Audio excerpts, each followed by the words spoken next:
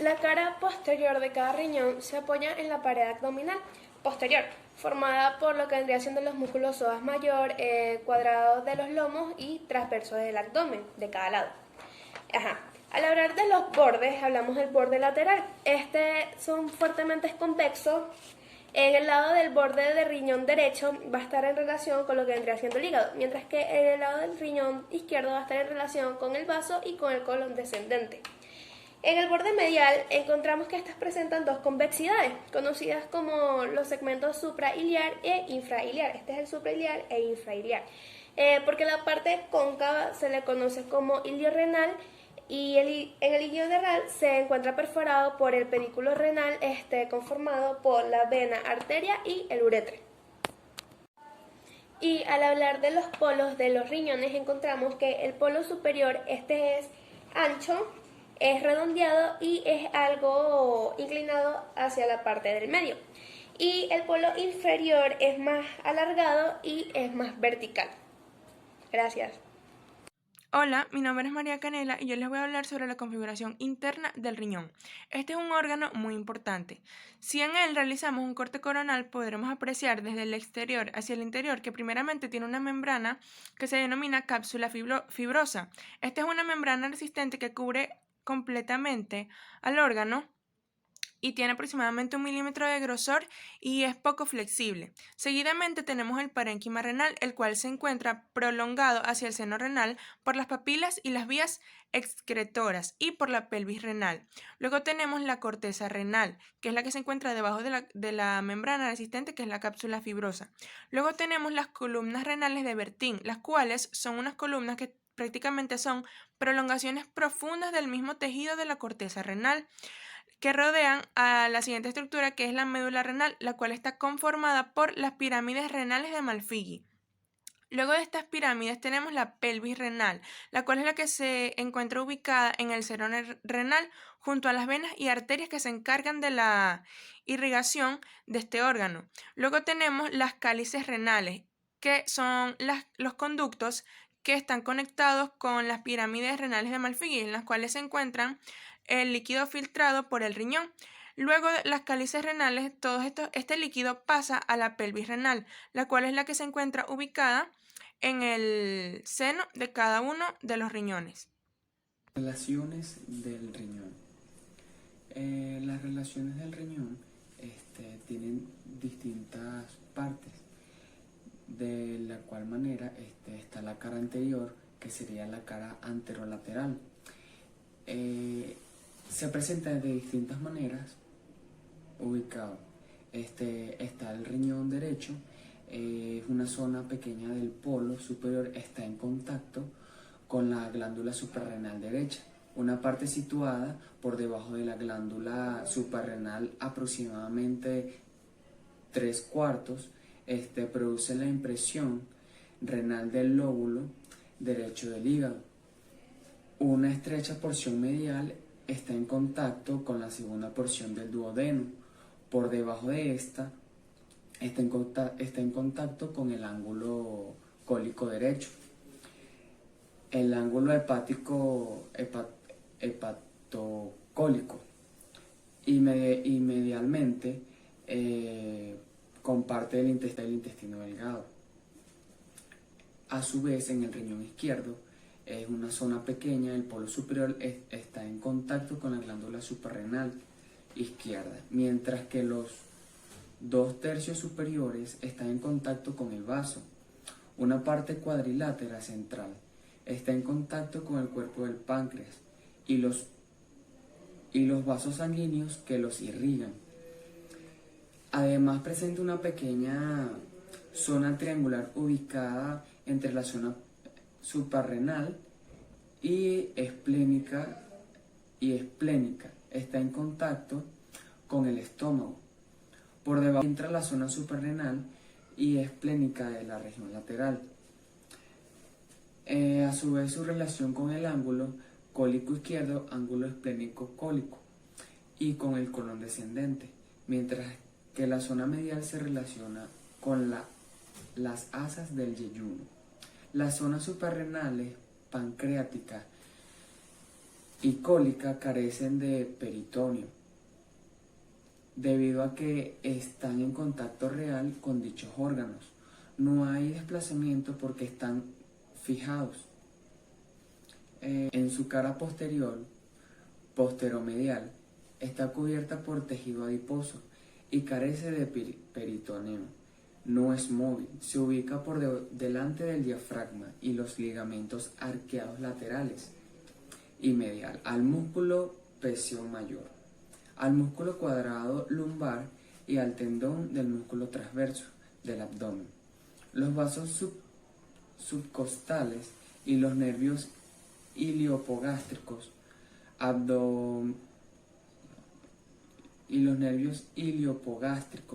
abdominogenital mayor e ilinguinal abdominogenital menor.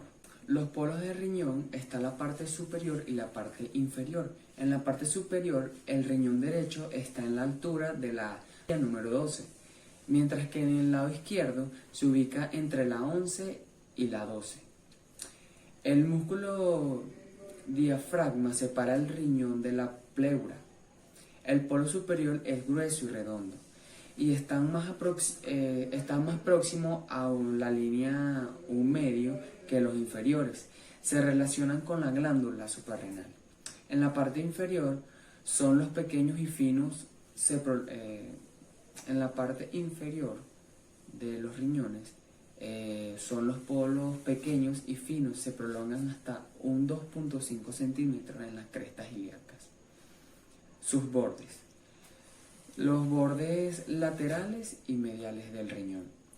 En sus bordes laterales son convexos. El izquierdo está cubierto superiormente con el peritoneo, que lo separan del vaso, y por debajo está en contacto con el colon descendente. El borde lateral del riñón derecho está en contacto con el hígado, específicamente con el lóbulo derecho. En las partes mediales, parte medial del riñón, del borde del riñón, son convexos, cerca de los polos y cóncavos entre ellos, y se inclina inferolateralmente en el borde medial y se abre el ilio renal, que es una hendidura por donde transitan los vasos y nervios renales, además de la pelvis renal y el uréter. La posición de estas estructuras en las siguientes venas renal es anterior, la arteria renal de intermedia y la pelvis renal en posterior. Buenos días, mi nombre es Albany Hernández y les voy a hablar sobre la vascularización del riñón. La vascularización es la presencia o disposición de los vasos sanguíneos y linfáticos en un órgano, tejido o región del organismo. Aquí tenemos que cada riñón recibe una arteria renal, las cuales son procedentes de la aorta abdominal. Primero vamos a hablar de la arteria renal derecha. Esta se origina en la cara derecha de la aorta, a nivel de la primera vértebra lumbar. Mide de 3 a 5 centímetros y su diámetro varía de 7 a 4. Tenemos que hace un recorrido lateral y algo oblicuo por detrás y debajo, almoldándose del cuerpo vertebral y a la saliente del psoas. Pasa por detrás de la vena cava inferior y está rodeada de un rico plexo nervioso. Ahora vamos con la arteria renal izquierda. Esta se origina en la cara izquierda de la aorta, tiene una forma voluminosa como la derecha, pero esta es más corta. Tiene un trayecto oblicuo atrás y lateral sobre la columna y el músculo psoas, ocultándose por el páncreas. Coloquialmente llamado como páncreas, pero también referido a él como la glándula salival abdominal, se puede definir al páncreas como una glándula mixta, la cual está compuesta por órganos secretores especializados que contienen un sistema de conductos ramificados en el que los cuales, o se podría decir a través de los cuales va a poder verterse el producto de secreción. este presenta una función exocrina a través de la cual podrá ser facilitada la digestión, ya que ésta va a liberar enzimas catalíticas que permitirán una facilitación a la hora de digerir los alimentos. Hablando de un detalle importante, es que este es un órgano retroperitoneal que no es simétrico pese a estar en la línea media del cuerpo. Refiriéndonos a la ubicación del páncreas, este se encuentra a nivel de L1 y L2 detrás del estómago y rodeado por las 4 porciones del duodeno. Al referirse a las proporciones que presenta este, hay que destacar dos, las cuales serían la longitud y el peso. Referente a la longitud, este se encuentra normalmente entre 15 a 20 centímetros. Y hablando de su peso, este se encuentra de 75 a 125 gramos. Pasando de estos detalles relevantes, se puede pasar al color que se toma, el cual pasará a dos variaciones, las cuales serían en reposo y en situación de digestión, o mejor dicho, en participación en la digestión. Cuando se encuentra en reposo, este presenta un color blanqueo grisáceo, pero cuando está en labor de la digestión, por congestionarse, presenta un color más o menos rosado. Hablando de la constitución que tiene el mismo o de la contextura, se puede decir que este es un órgano friable, el cual presenta una particularidad que, pese a estar en la zona retroperitoneal y protegido por la mayoría de la cavidad abdominal, este puede sufrir de traumatismos frontales, los cuales pueden ser causados normalmente por, un ejemplo, accidentes automovilísticos. Ahora, pasando finalmente a los puntos de fijación que presentaría el páncreas y destacando que este es uno de los órganos mejor fijados en la cavidad abdominal, este se mantiene situado en su zona gracias a las asociaciones que presenta con el duodeno y con los conductos excretores, el cuales serían el colédoco, el pancreático principal y el pancreático accesorio. Pasando de estos y retomando un dato anterior, que era el que era un órgano retroperitoneal, curiosamente y esperadamente tiene un punto de fijación con el peritoneo. El peritoneo lateral posterior tiene una acción, o mejor dicho, una función con esta glándula contra la pared abdominal. Y finalmente, refiriéndonos a los vasos, este también tiene como punto de fijación los vasos que se fijan en él.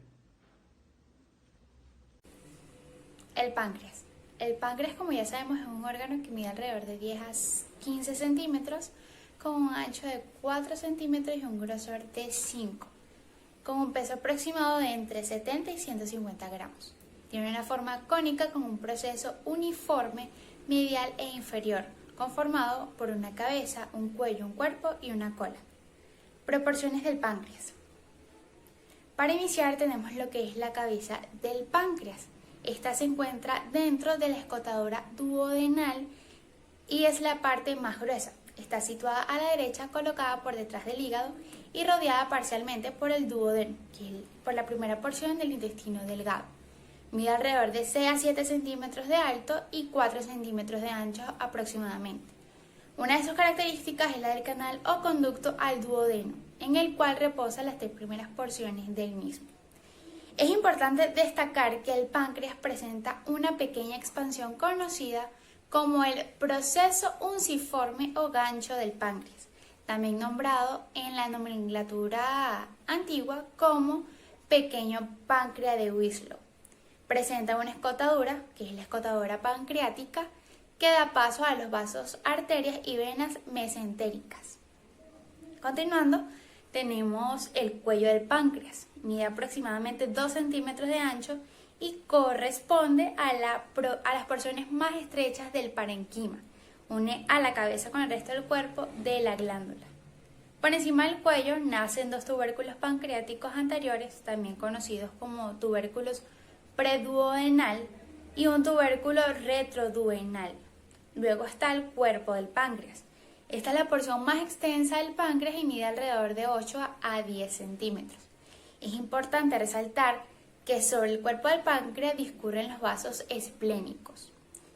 La cola del páncreas es el extremo izquierdo de la glándula. con forma de lengüeta pequeña y se aloja en el lomento pancreático plénico o epiplón medio. Es la única porción de él que no es retoperitoneal, ya que se encuentra peritonizada. En el recorrido donde la cola del páncreas se aloja en el epiplón pancreático esplénico, lo hace en conjunto con la arteria esplénica. Relaciones del páncreas.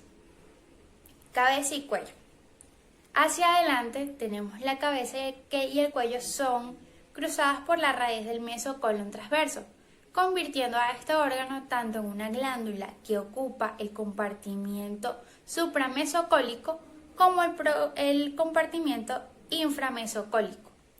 Además, en esta parte anterior, la cabeza y el cuello del páncreas tienen contacto con el estómago y también con el píloro. También tiene relaciones arteriales muy importantes que se desarrollarán más adelante. Hacia atrás es de importancia ya que cuenta con relaciones vasculares, arterias pancreáticas duodenales posto-superior y arteria pancreática posto-inferior, además del conducto colédoco. También tiene relevancia en el plano venoso.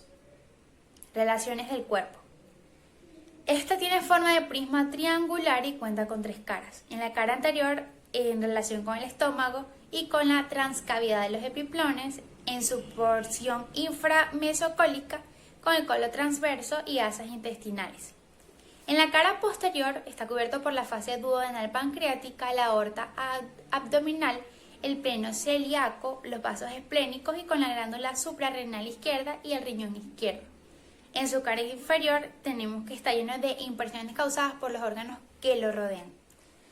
Por último tenemos lo que son las relaciones de la cola, la cual es móvil, no retoperitoneal y puramente supramesocólica. Esta se aloja en el epiplón pancreático esplénico junto a los vasos esplénicos. Gracias. Irrigación e inervación del páncreas. La cabeza y el proceso unciforme son irrigados por las ramas anteriores y posteriores anastomosadas de las arterias pancreático-duodenales superiores e inferiores.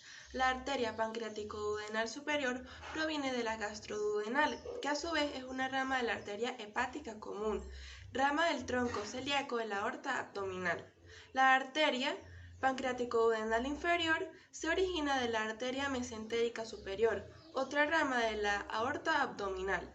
El cuello, el cuerpo y la cola poseen una irrigación superior e inferior.